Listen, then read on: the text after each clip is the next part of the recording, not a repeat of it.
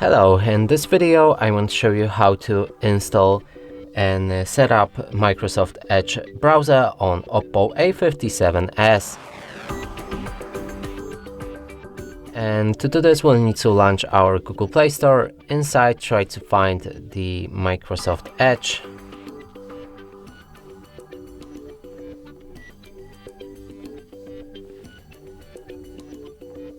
Select this browser and install it.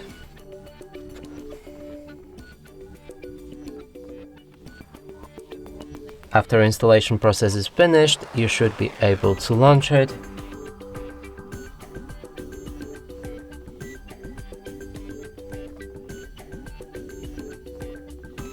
Now we can set up this browser, and here sign in to turn on synchronization. I'm gonna skip it. You can also accept or disagree with data sharing preference. I'm gonna disagree and proceed. Lastly, set Microsoft Edge as a default browser. And from here the browser is ready. And that's it for this video. Hope you like it. Please consider subscribing to our channel, leave a like and a comment below.